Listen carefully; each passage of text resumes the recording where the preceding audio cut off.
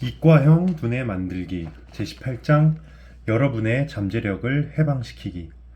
봉고를 연주하던 노벨 물리학상 수상자 리처드 파인먼은 태평한 사람이었다. 하지만 파인먼의 활기찬 성격이 몇 년 전 도전을 받았던 시기가 있었다. 그의 인생에서 최고의 시기이자 최악의 시기였다. 1940년대 초반 파인먼의 사랑하는 아내 알린이 폐결핵으로 목숨이 위험해져 멀리 떨어진 병원에 입원했다. 하지만 파인먼은 1급 비밀로 제2차 세계대전에서 가장 중요했던 맨해튼 프로젝트를 진행 중이라 뉴멕시코주 로스앨러모스에 갇혀서 아내를 보러 갈 수가 없었다. 그때만 해도 파인먼은 전혀 유명하지 않았기에 특별 대접을 받을 수도 없었다. 일을 마치고 초조하거나 지루해질 때면 파인먼은 이를 떨치기 위해서 다른 사람들의 가장 깊고 어두운 비밀을 훔쳐본데 힘을 쏟기 시작했다. 금고를 어떻게 여는지 연구한 것이다. 하지만 금고 열기의 장인이 되기란 쉽지 않았다. 파인먼은 직관을 활용해 자물쇠의 내부 구조를 익혔고 일단 비밀번호의 첫 번째 숫자를 알아내 연주회장의 피아니스트처럼 그 다음 숫자 조합을 손가락으로 빠르게 넘기면서 남은 번호를 맞췄다. 그러던 어느 날 파인먼은 최근 로스앨러모스에 전문 자물쇠 수리공이 들어왔다는 소식을 듣게 됐다. 금고 하나를 몇 초 만에 열 줄 아는 진짜 전문가였다. 전문가를 가까이서 볼 수 있다니 파인먼은 그와 친구가 된다면 금고 열기의 심오한 비밀을 파악할 것이라 생각했다. 이 책에서 우리는 공부법을 바라보는 새로운 방식들을 탐구했다. 가끔은 무언가를 당장 알아야겠다는 욕구가 무언가를 배우지 못하도록 가로막는 범인이 된다는 사실도 알게 되었다.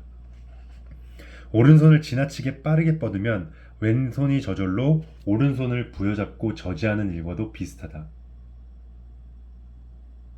훌륭한 예술가와 과학자, 공학자, 그리고 막누스 칼센 같은 체스 마스터들은 일단 골똘하게 주의를 집중해 두뇌의 자연적인 리듬을 활용하고 머릿속에서 문제를 잘 파악하고자 노력한다.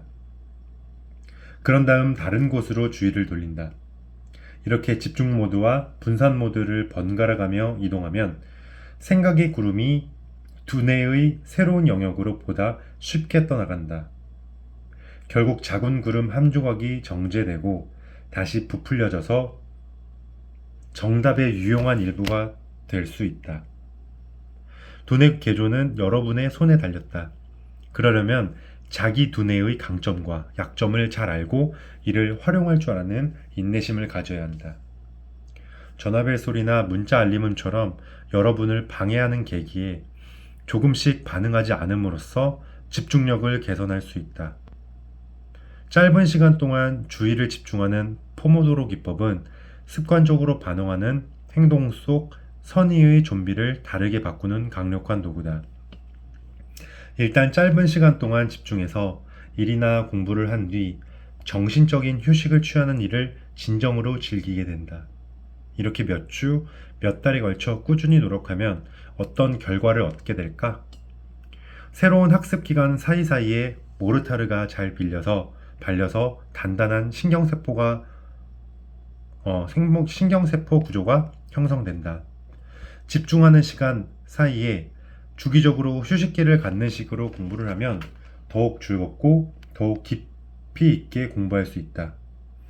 휴식하는 동안에는 여러분이 무엇을 하는지에 대한 세부 맥락뿐만 아니라 큰 그림을 통합하는 관점이 생긴다. 한 가지 유의해야 할 점이 있다.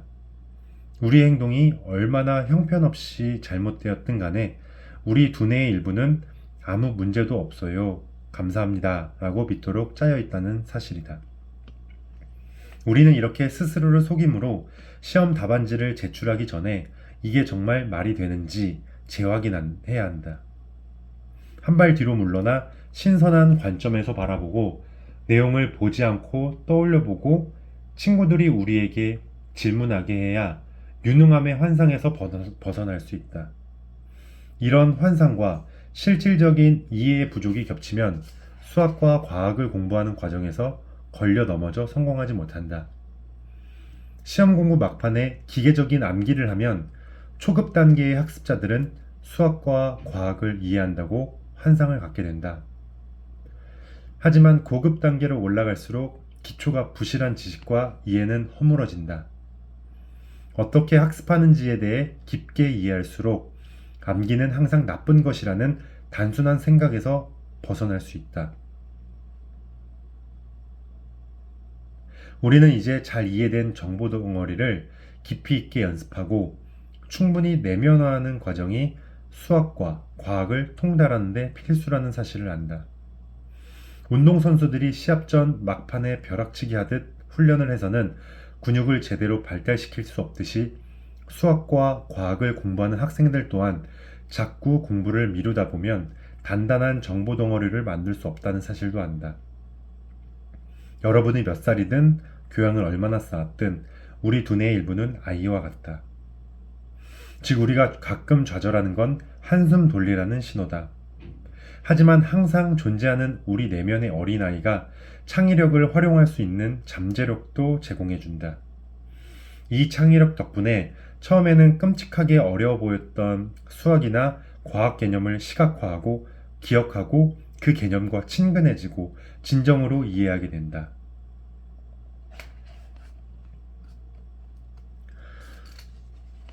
파인번에 대한 이야기를 다시 해보자면 금고 열기 기술을 계속 갈그닦으면서 자물쇠 수리공과 친구가 되었다.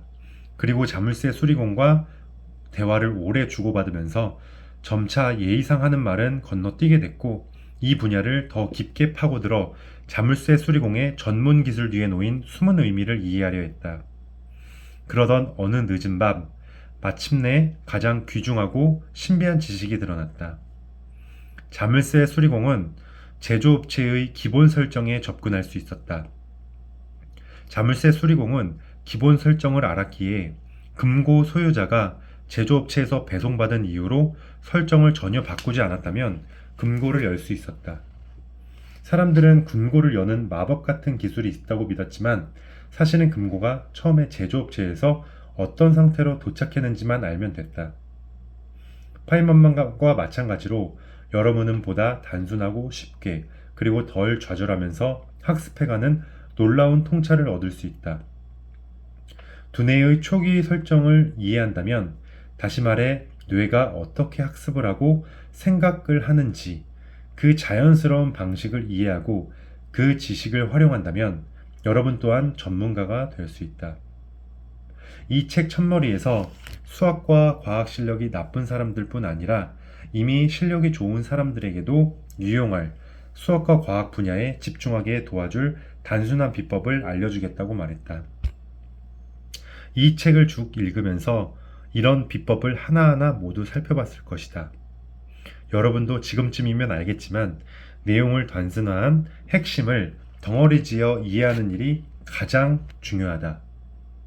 그래서 마지막으로 이 책의 핵심 개념에 대한 정보 덩어리를 공부를 잘하기 위한 10가지 학습법과 공부를 망치는 10가지 학습법으로 요약하려 한다.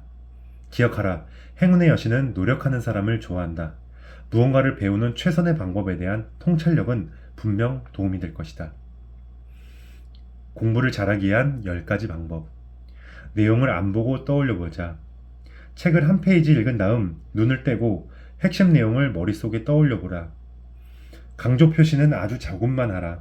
그리고 내용을 떠올리며 머릿속에 없는 내용에는 절대 강조 표시를 하지 마라. 강의를 들으러 가면서나 처음 그 내용을 배웠던 장소와 다른 곳에서 내용을 상기해보라. 공부한 내용을 상기하는 것, 즉 여러분 내면에서 개념을 생성하는 일은 훌륭한 학습을 측정하는 핵심 지표다. 두 번째, 자체 시험을 진행해라. 모든 것에 대해서 언제나 이렇게 해보자. 플래시카드를 활용하라. 문제와 답을 덩어리 지어라. 덩어리 짓기란 문제 풀이를 이해하고 연습해서 순간적으로 떠오르게 하는 방법이다. 어떤 문제를 풀었다면 이를 나중에 반복하라. 문제 풀이의 모든 단계가 자연스럽게 떠오를 때까지 연습하자. 그 문제를 노래로 생각해 마음속에서 계속 반복해 정보를 매끄러운 덩어리로 결합시켜서 원할 때 언제든 끄집어내자. 간헐적으로 반복하라. 운동선수처럼 무슨 과목이든 매일 조금씩 분산해서 공부하자. 여러분의 두뇌는 근육과 같다. 하나의 주제는 한 번에 제한된 양만 연습할 수 있다. 다양한 문제풀이 기법을 번갈아 가면서 연습해라. 한 학습 섹션에서 한 가지 문제풀이 기법만 너무 오래 연습하지 말자. 휴식을 취하라. 수학이나 과학 개념이나 문제를 처음 접하면 곧장 이해하거나 해결하기 어려운 경우가 흔하다. 그렇게 매일 조금씩 공부하는 편이 한 번에 많은 양을 공부하는 편보다 낫다.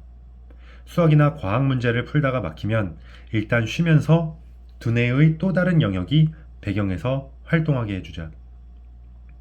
쉬운 설명과 단순한 비유를 활용하자. 어떤 개념이 이해되지 않아 끙끙댈 때 이렇게 생각해보자. 이 개념을 10살짜리에게도 이해시키려면 어떻게 해야 할까? 집중하라. 포모도로 방식처럼 25분 타이머를 설정하라. 어려운 일부터 해치우자. 정신이 맑은 오전에 가장 힘들고 어려운 작업부터 하자. 상상을 통한 비교법을 활용하라. 공부를 통해 실현할 미래의 모습을 상상해 과거의 모습과 비교해보자. 일이나 공부를 하는 장소에 여러분의 꿈이 뭔지 알려주는 사진과 글귀를 붙이자. 이상입니다.